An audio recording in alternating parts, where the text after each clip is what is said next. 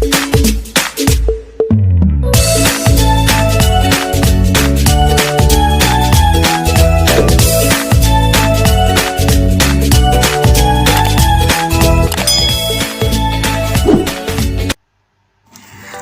Assalamualaikum everybody. Welcome back to my English class. And today with me Ishki from Ishki's Word, we are going to learn about a very interesting part of English lesson. Singular and plural nouns, kata benda tunggal dan jamak. Now, let's check the definitions of noun. A noun is a name of person, place, things, animals, etc. Definisi dari kata benda adalah nama orang, tempat, things, benda. Jadi bendanya bisa yang abstrak, tidak berbentuk, ataupun yang konkret berbentuk.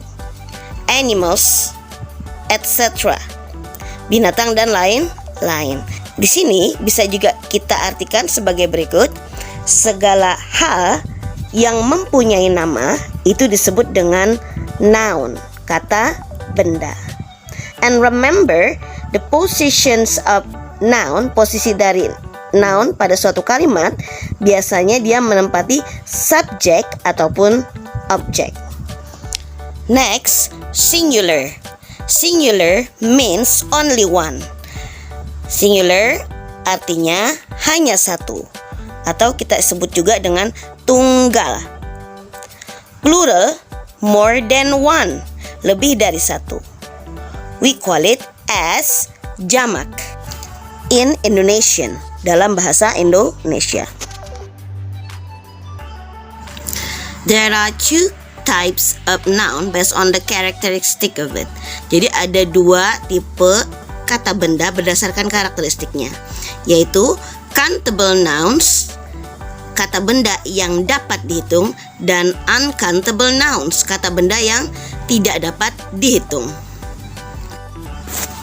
Countable nouns maksudnya kata benda ini dapat dihitung satuannya dengan angka. 1 apple, 2 apples, 1 apple, 2 apples. 1 house, 3 houses, 3 rumah. Ini juga bisa dihitung. Berarti apples, house ini termasuk countable noun, kata benda yang bisa dihitung. These kinds of countable nouns can have singular and plural form of it.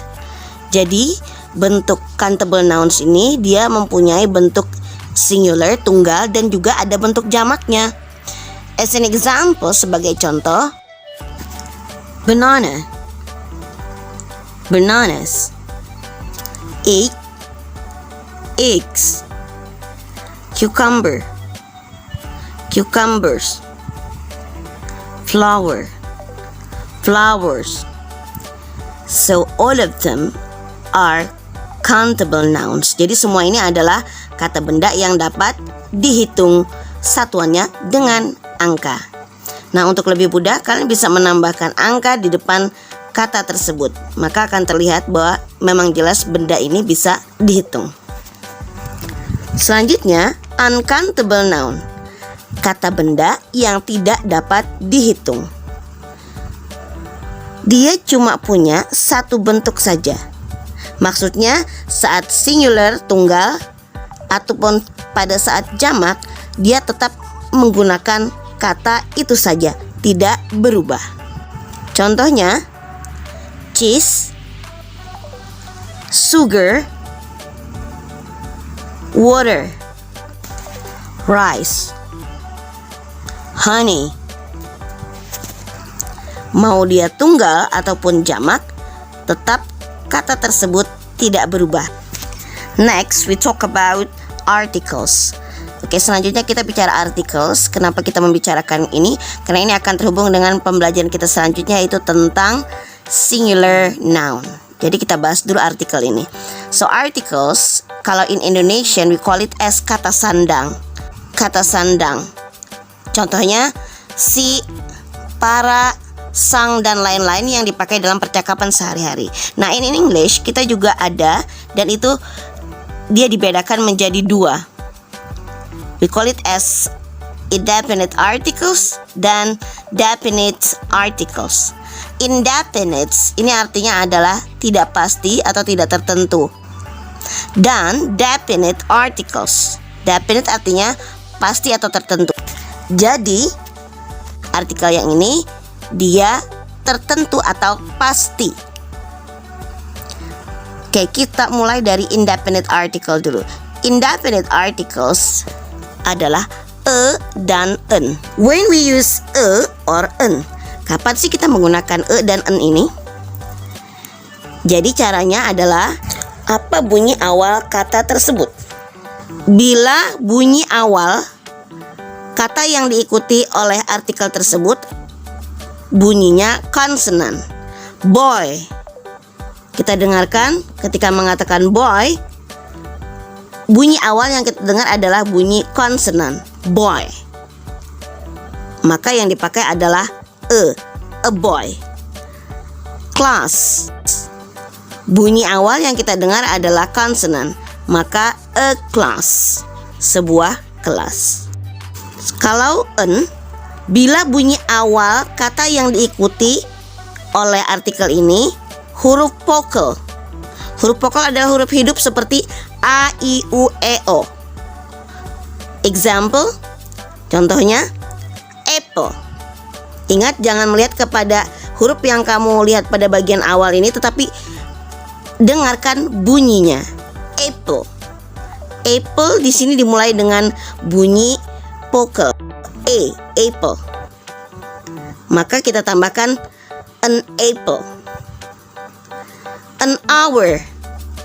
Di sini tulisannya adalah huruf konsonan, tetapi ketika membunyikan kita mengucapkannya, kita mengatakan hour, bukan hour. Hour. A itu ada di bagian huruf vokal, maka kita menggunakan an hour. An elephant. Jadi kita lihat lagi, an ugly duck. Ugly. Bunyi yang kita dengar adalah huruf vokal, maka menggunakan en. Oke, itu adalah kapan kita menggunakan e dan en.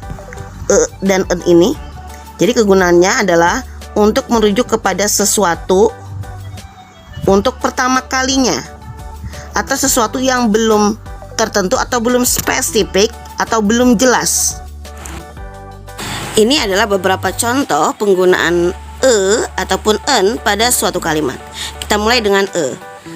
Thea has a cat. Thea mempunyai seekor kucing.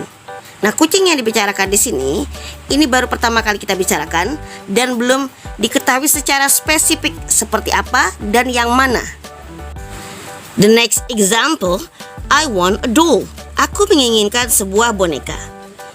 Jadi di sini sebuah bonekanya belum detail atau belum jelas yang mana yang dimaksud. Next, there's a girl in front of the bookstore. Ada seorang anak perempuan di depan toko tersebut. A girl, seorang anak perempuan di sini baru dibicarakan dan belum diketahui secara jelas siapa atau yang mana yang dimaksud. I see a man in front of the store. Aku melihat seorang laki-laki di depan toko tersebut. Seorang laki-laki di sini juga sama baru dibicarakan dan tidak diketahui secara jelas seperti apa atau siapakah dia. Belum diketahui secara detail. Oke, contoh selanjutnya ini yang menggunakan en. Ingat, en ini dipakai apabila dia mengikuti kata yang bunyinya, ingat bunyi bukan huruf, bunyinya dimulai dengan huruf vokal. Jadi bunyi huruf vokal itu a, i, u, e, o. Ingat ya, bunyi elephant, pengucapannya adalah dimulai dengan huruf vokal. Maka kita menggunakan an elephant, seekor gajah. Aku melihat seekor gajah, dan gajah yang dimaksud ini baru dibicarakan dan belum jelas gajah yang mana dan seperti apa. Oke, dari contoh yang ada kita lihat bahwa arti dari e ataupun en ini dia sesuai dengan kata yang diikutinya. Jadi kalau membicarakan benda seperti a doll, sebuah boneka artinya. Kalau yang diikuti adalah a girl, maka artinya dia seorang anak perempuan. A man, seorang laki-laki. Kalau yang dibicarakan adalah binatang, maka bukan lagi seorang tapi seekor. An elephant, seekor gajah. Maka berdasarkan hal ini mempermudah kita mempelajari singular dan plural. Karena singular, tunggal, biasanya kata bendanya diikuti oleh artikel e dan en, yang mana artinya bisa sebuah, seekor, seorang, yang menunjukkan jumlahnya cuma satu, berarti itu adalah singular, tunggal. Pembahasan selanjutnya adalah tentang definite article, yaitu artikel yang pasti atau tertentu. Yang digunakan di sini adalah the. Ini bisa diartikan tersebut atau itu. This is the example. Dea has a cat. Dea mempunyai seekor kucing. Nah, kalimat pertama ini memakai indefinite article, artikel yang tidak pasti. The second sentence, kalimat kedua, the cat is male. Kucing tersebut atau kucing itu jantan. Jadi kalimat kedua ini menggunakan the karena sudah jelas kucing mana yang dibicarakan, yaitu kucing yang pada kalimat pertama tadi, yaitu yang Dea punyai. The next example, contoh selanjutnya, I buy a doll. Aku membeli sebuah boneka. I will take care the doll. Artinya aku membeli sebuah boneka. Ini masih belum jelas, sebuah boneka. Kalimat selanjutnya, I will take care the doll. Aku akan merawat boneka itu. Maka boneka itu atau boneka tersebut ini jelas yang dimaksud adalah boneka yang saya beli pada penjelasan kalimat pertama tadi. Penggunaan the di sini untuk hal yang lebih spesifik atau sudah jelas yang dimaksud.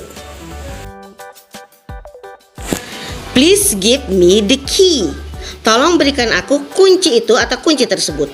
Walaupun di sini tidak terlihat adanya kalimat pertama, tetapi kalau seseorang mengatakan please give me the key, orang yang diajak berbicara sudah pasti mengetahui kunci mana yang dimaksud. Berarti penggunaan the di sini mereka sudah sama-sama mengetahui kunci yang dimaksud. The next example. Let's read the book. Ayo kita baca buku tersebut. Berarti sang pembicara dengan yang diajak berbicara sama-sama memahami buku mana yang dimaksud. The book here sudah jelas atau sudah spesifik yang dimaksud. Kita sudah membahas di awal tadi tentang jenis kata benda atau noun, yaitu countable noun dan uncountable noun. Nah, ini akan mempermudah pembelajaran selanjutnya. Dan juga kita sudah membahas e dan en ataupun the. Nah, sekarang langsung kepada materi. Nah, pada bagian materi ini saya akan menjelaskan perubahan dari singular menjadi plural.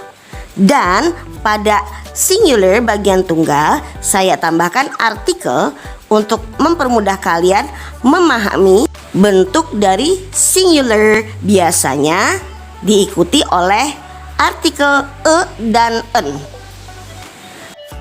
Okay, now let's check the detailed explanation about it.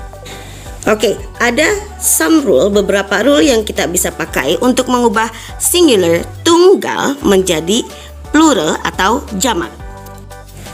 The first rule, peraturan pertama yang kalian harus ketahui adalah generally add s to make most noun plural. Umumnya tambahkan s, ya, maksudnya di belakang dari kata benda tersebut, to make most noun plural, untuk membuat kebanyakan kata benda menjadi jamak.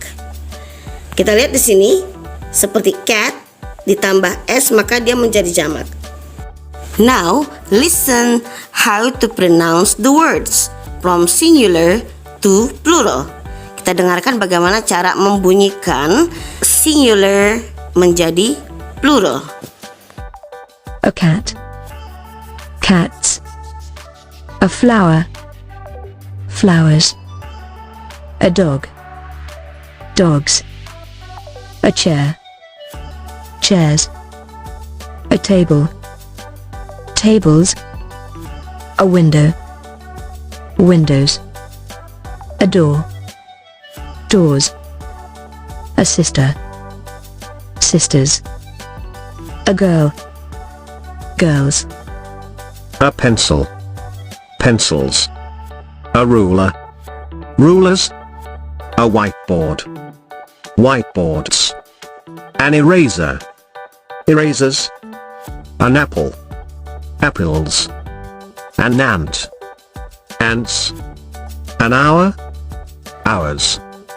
A bicycle, bicycles. A broom, brooms. Oke, tadi sudah kita dengarkan how to pronounce atau membunyikan kata-kata tersebut dari kata benda yang tunggal menjadi plural atau jamak dengan menambahkan s di belakang kata benda tersebut. The second rule, add es to nouns ending in double s or s, x, o, ch, and sh. Tambahkan es kepada kata benda yang berakhiran double s atau s, x, o, ch, dan sh. These are the examples. A bus, buses. A box, boxes. A brush, brushes. A watch, watches. A tomato, tomatoes. A kiss, kisses.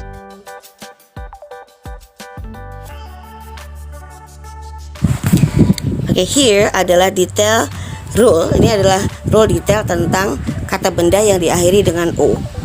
Jadi kalau kata benda itu diakhiri dengan o, maka lihat di belakang o apabila didahului oleh konsonan, maka dia ditambah dengan is. Tetapi ini tidak berlaku untuk kata giro yang berubah menjadi gyros tanpa is. Begitu juga kata solo yang menjadi solos. You have to know the rule cannot be applied uniformly for all such words. Maksudnya, semua aturan itu tidak dapat diterapkan secara seragam untuk semua kata. Seperti halnya kata giro, kalau melihat peraturan dia harus menggunakan is. Tapi ternyata yang digunakan adalah s di akhir dari kata tersebut. So the best way for you, cara yang terbaik untuk kamu adalah mempelajarinya dengan menggunakan kamus bahasa Inggris kalian, sehingga kalian bisa menemukan kata yang tepat. Apabila sebelum huruf O didahului oleh huruf vokal, maka ditambahkan s pada akhir kata benda tersebut.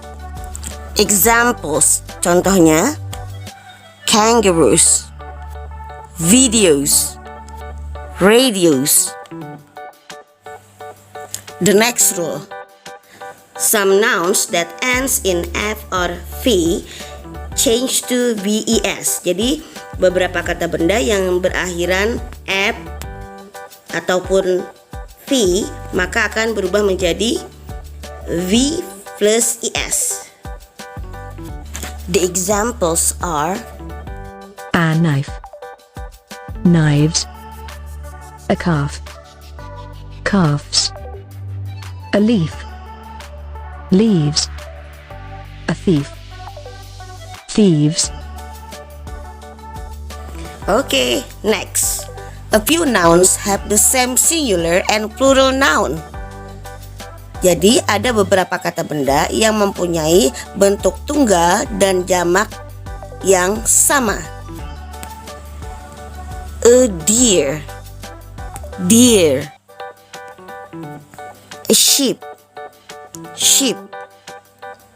A salmon, salmon.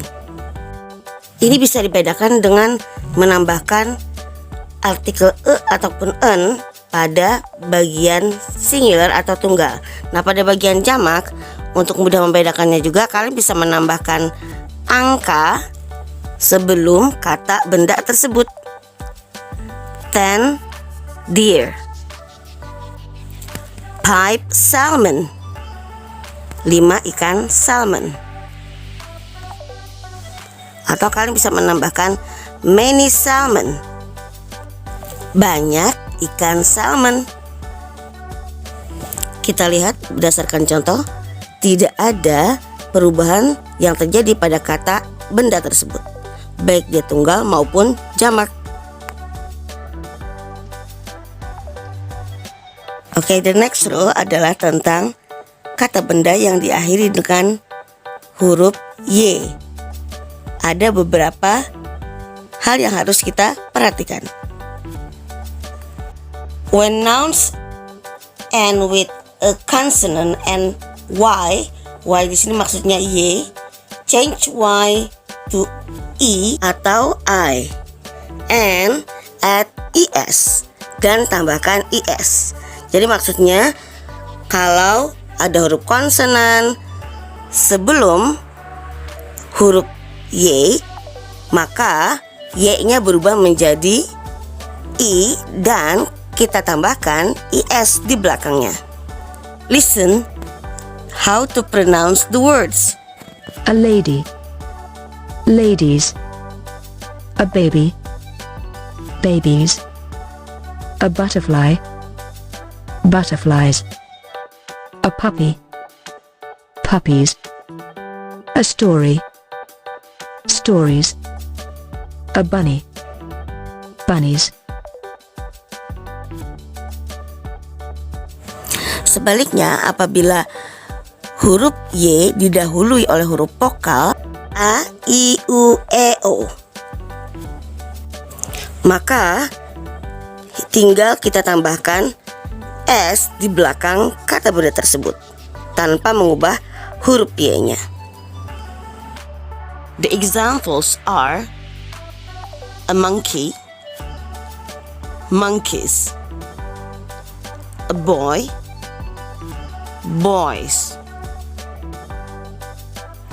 Jadi, rule yang tadi kita bahas atau peraturan yang kita bahas tadi untuk mengubah singular menjadi plural itu menjelaskan kepada kita bahwa kata benda tadi semuanya adalah regular plural nouns, kata benda jamak beraturan. Karena perubahannya dari tunggal menjadi jamak itu sesuai dengan rule atau peraturan maupun yang disebut juga dengan polanya.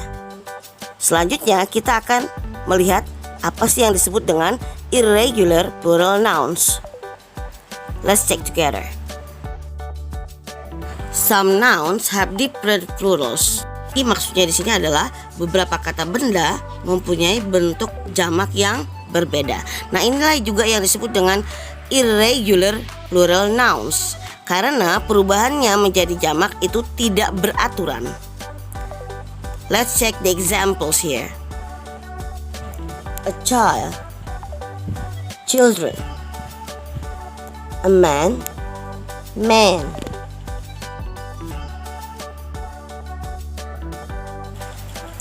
A woman, women. A tooth, teeth. A mouse, mice. A foot, pit. That's all about singular to plurals. I hope it will be useful a lot for you, and wassalamualaikum warahmatullahi wabarakatuh.